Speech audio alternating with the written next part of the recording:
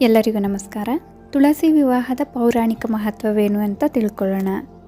ತುಳಸಿ ವಿವಾಹವನ್ನು ಕಾರ್ತಿಕ ಮಾಸದಲ್ಲಿ ಆಚರಿಸಲಾಗುತ್ತದೆ.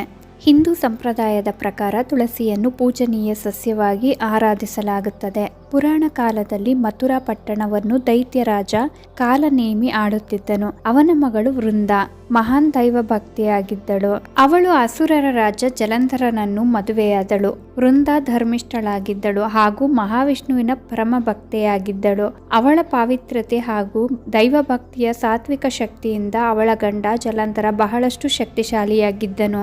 ಜಲಂಧರನು ದೇವಲೋಕವನ್ನು ಗೆಲ್ಲುವ ಉದ್ದೇಶದಿಂದ ದೇವತೆಗಳ ಮೇಲೆ ಯುದ್ಧ ಸಾರಿದನು. ಅವನ ಮಡದಿ ವೃಂದ ಪತಿನಿಷ್ಠೆಯ ಸಂಕಲ್ಪವನ್ನು ಹೊತ್ತು ಪೂಜೆಗೆ ಕುಳಿತಳು. ದೇವತೆಗಳಿಗೂ ಜಲಂಧರನನ್ನು ಎದುರಿಸುವುದು ಅಸಾಧ್ಯವಾಗಿತ್ತು. ವೃಂದಾಳ ಪತಿನಿಷ್ಠೆ ಹೆಚ್ಚಾದಷ್ಟು ಜಲಂಧರನ ಶಕ್ತಿ ಹೆಚ್ಚಾಗುತ್ತಿತ್ತು.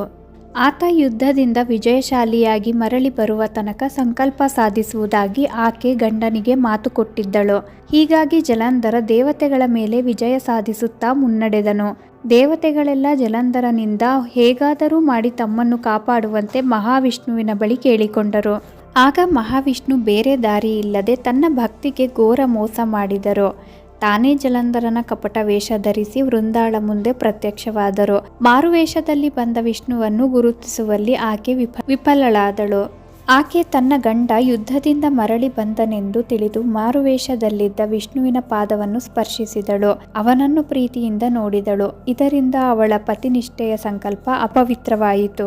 ಯುದ್ಧದಲ್ಲಿ ಅವಳ ಗಂಡನ ಶಕ್ತಿ ಕಡಿಮೆಯಾಯಿತು. ಇದೇ ಅವಕಾಶವನ್ನು ಬಳಸಿಕೊಂಡು ಶಿವ ಜಲಂಧರನನ್ನು ತ್ರಿಶೂಲದಿಂದ ಚುಚ್ಚಿ ಸಾಯಿಸಿದರು. ಅವನ ತಲೆಯನ್ನು ಕತ್ತರಿಸಿ ಭೂಮಿಯೆಡೆಗೆ ಬಿಸಾಕಿದರು. ಅವನ ತಲೆ ವೃಂದಾಳ ಪಾದದ ಬಳಿ ಬಂದು ಬಿದ್ದಾಗ ಅವಳಿಗೆ ತನ್ನ ಸಂಕಲ್ಪ ಅಪವಿತ್ರವಾಗಿದ್ದು ಅರಿವಾಯಿತು. ತಾನು ಮೋಸ ಹೋಗಿರುವುದು ಗೊತ್ತಾಯಿತು.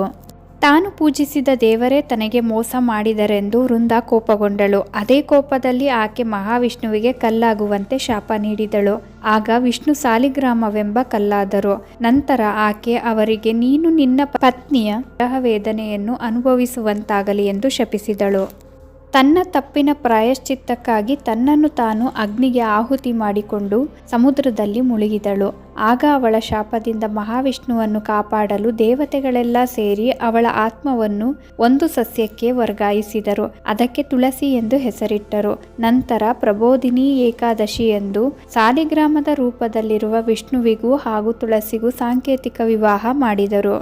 ಇದರಿಂದ ವಿಷ್ಣುವಿಗೆ ಸಿಕ್ಕ ಶಾಪದ ಪ್ರಮಾಣ ಸ್ವಲ್ಪ ಕಡಿಮೆಯಾಯಿತು. ಆದರೂ ಸಹ ವಿಷ್ಣು ರಾಮನ ಅವತಾರದಲ್ಲಿ ತನ್ನ ಪತ್ನಿ ಸೀತೆಯಿಂದ ಹಾಗೂ ಕೃಷ್ಣನ ಅವತಾರದಲ್ಲಿ ತನ್ನ ಪ್ರೇಯಸಿ ರಾಧೆಯಿಂದ ವಿರಹ ವೇದನೆಯನ್ನು ಅನುಭವಿಸಿದರು. ಇದರಿಂದ ಇಂದಿಗೂ ತುಳಸಿ ವಿವಾಹವನ್ನು ಪೂಜೆಯ ರೂಪದಲ್ಲಿ ಆಚರಿಸಿಕೊಂಡು ಬಂದ ಒಂದು ಸಂಪ್ರದಾಯವಿದೆ. ತುಳಸಿ ವಿವಾಹದ ಪೌರಾಣಿಕ ಕಥೆಯನ್ನು ಹೇಳುತ್ತಾ ನಾನು ಈ ವಿಡಿಯೋನಲ್ಲಿ ಎಂಡ್ ಮಾಡ್ತಾ ಇದ್ದೀನಿ. ಈ ಕಥೆ ನಿಮ್ಗೆ ಇಷ್ಟ ಆದರೆ ದಯವಿಟ್ಟು ನಮ್ಮ ಚಾನಲ್ಗೆ ಸಬ್ಸ್ಕ್ರೈಬ್ ಆಗಿ, ಲೈಕ್ ಮಾಡಿ, ಶೇರ್ ಮಾಡಿ, ಹಾಗೆ ಕಮೆಂಟ್ ಮಾಡಿ.